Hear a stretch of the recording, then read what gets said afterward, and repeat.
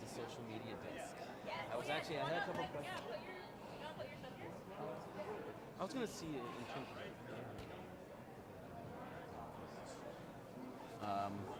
yeah, if there was anything I should kind of, I guess the Humber, yeah, I guess I'd start with the college.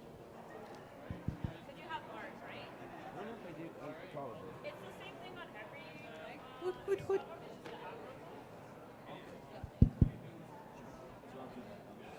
Yeah, and then.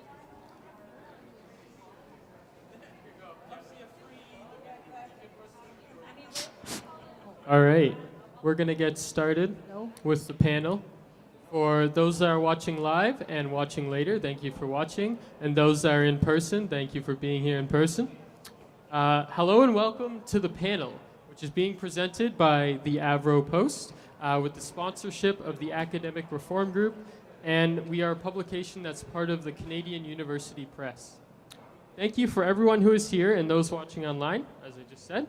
And before we get started, I just want to say to those watching now that they can submit questions during the event by commenting on our live stream, sending us a tweet, or sending us a message on any of our social media platforms. This is a great opportunity for students to ask our panelists questions they have ahead of the provincial election coming this summer. We originally had 4 panelists, but the PC party informed us their candidate and former Guelph Humber alumnus Simu Sandhu would not be coming yesterday afternoon due to a scheduling conflict, which is unfortunate. But without further ado, I am now going to announce our hosts and our panelists. When he's not the main and only contributor to Guelph Politico, Adam A. Donaldson also contributes to GuelphToday.com as their City Hall columnist and co-hosts a political and current affairs show on CFRU 93.3 FM called Open Sources Guelph. When not being political, Adam co-hosts the movies and pop culture show End Credits. And as a freelance writer, he has contributed to various papers, periodicals, and websites, including Nerd Bastards, We Got This Covered, the Guelph Mercury, the Waterloo Region Record, Press Plus One, and the Women's Post. Adam was also named one of the Guelph Mercury's 40 Under 40 in 2013 for his work with Ed Video Media Arts Center. We are happy to have you here, Adam. Our first panelist, which is actually in the middle here of the 3 panelists, was elected in 2014 as the Member of Provincial Parliament for Trinity Spadina and serves primarily as the Parliamentary Assistant to the Minister of Energy and was appointed as the Parliamentary Assistant to the Minister of Advanced Education and Skills Development in 2016. Han Dung has over a decade of experience in politics and many years as a businessman. Thank you for coming to our panel. Thank you, Eli. Our second panelist was nominated in October as the NDP candidate for Hamilton West Ancaster Dundas and works as a corporate social responsibility strategist and a local media contributor. Hamilton Port Authority Director Sandy Shaw has experience at United Way and plans to work for families and community needs in Hamilton. Our third panelist has lived in the Brambley Gore Moulton riding since 1980. Where she was the GPO candidate in the last 2 provincial elections. She has taught elementary school in a variety of positions. Pauline Thornham joined the Green Party of Ontario and the Sierra Club Peel in 2010. She is now a member of the executive of the Sierra Club and is on the GPO Shadow Cabinet as the Women's Issues Critic, and is the female Horseshoe Region representative on the GPO Provincial Executive. And now I'm going to hand it off to Adam Donaldson, who will get our panel started. Thank you, Eli. Thank you to the Avro Post and all the staff there. I come from student papers and student media. That's how I was trained, and so I know how important and exhilarating and daunting that work can be. Everybody behind the curtain there, if you want to come over and see a political event, that's great. Come on over. Oh, we got some waves. Before we begin, I just want to acknowledge our missing PC candidate. It is a shame. I was talking to Eli about this before we got started, that, I've seen this happen a couple of times at the U of G, where the conservative candidate sadly does not come to these events, either because they think you all, the students, are no-goes in terms of potential votes, or because they think they're not going to be treated fairly. I don't know. I know that you don't win the battles you don't show up for, or you lose the battles you don't show up for. One of those metaphors. So I do appreciate our panelists for taking the plunge and coming out today. I think to start with, I mean, we are on a college campus, obviously, and we did get a number of submitted questions already. Some of them are pretty blunt. The first one here is, what can you do for me as a student? But I'd like to rephrase that a little to another question. Someone asked, how will your party provide a voice for post-secondary students' concerns? I'm going to call that part B of the first question. Part A of the first question is, what do you think the top 3 concerns are of post-secondary students, whether that's students here at Humber or students anywhere in the province? And then how will your party address those? We'll start from left to right for clarity's sake. My political spectrum or left? Ooh, well, actually, the Liberal is in the middle. That's right.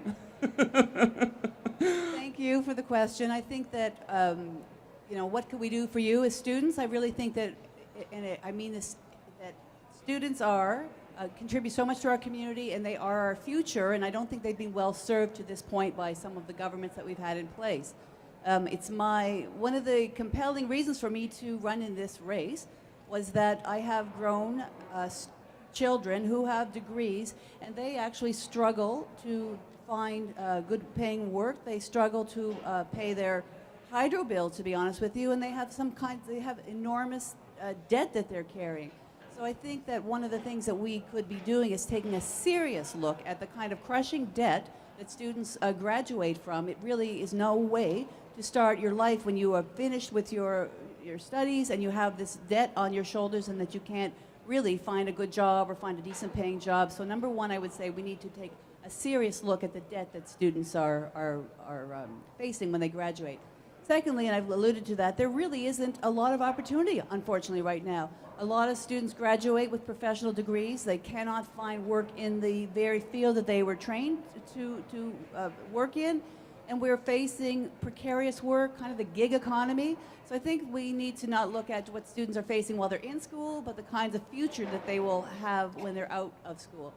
And finally, what I will say is that students care about all of these things, but they really care about things beyond their schooling and beyond the economy. They care about a world where we pay attention to our environment.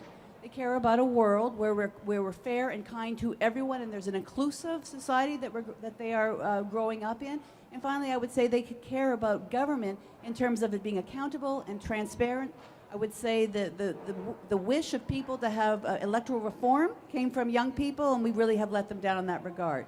And so in terms of my party, the NDP, Andrea Horwath has just announced the very fact that she understands the concerns that students have, and that she has she has promised to lift that crushing debt burden off of students by introducing debt forgiveness and turning those tuition loans into grants. So that's a remarkable and phenomenal announcement, and I think that is something that will really transform the way students go to school.